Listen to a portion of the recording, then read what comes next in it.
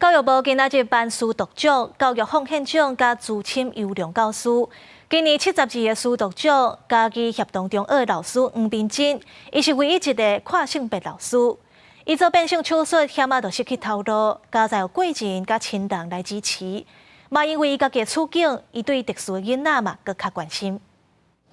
面对镜头比出甲学生学来爱心手势，伫咧家己协同中学的数学老师黄明真教册已经38档，上大的成就就是看到囡仔成长成功。明年2月特别退休，黄明真今年嘛得到书读奖，很意外会得到这个奖，但是知道这个奖，我知道是。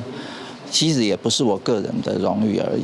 黄明真感谢一生当中拄到的人，尤其是10月当前决定要变性到完成手术迄几档，压力真大。好在在有贵人斗相共，才会当继续留伫咧教育界，嘛来帮助有小工状况的老师甲学生。其实我那时候也很天真啊，我认为说有法令保障应该没什么事了，结果想不到还是会遇到很多的压力。这样，我的气质就。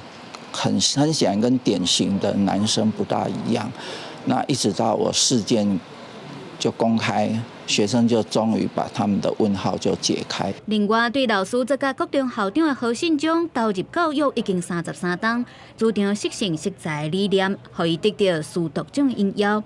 何信忠认为，基层的教育环境无变歹，无论是教学也是管理，拢得爱对时代来进展。不管是辅导管教啦，或者是一些相关的法令，我们就是跟着时代进步，慢慢的走，带领我们的孩子。因为，还是需要我们带领着下一代啊，这样台湾才会越来越好。